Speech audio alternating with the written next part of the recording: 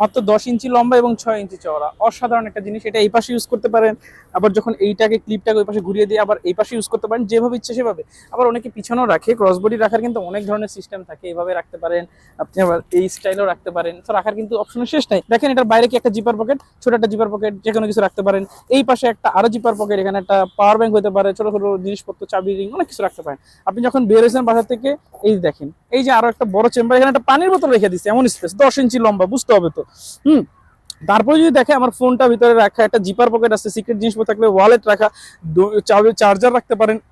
দৈনন্দিন জীবনের এক কথায় যা যা দরকার ভাই, সবকিছু কিন্তু এটার মধ্যে রাখা সম্ভব। 100% জেনুইন লেদার, মেটাল জিপারের তৈরি। আর কি চাই? চকলেট আছে, ব্ল্যাক আছে, যার যেটা দরকার সেটাই নিয়ে নেন।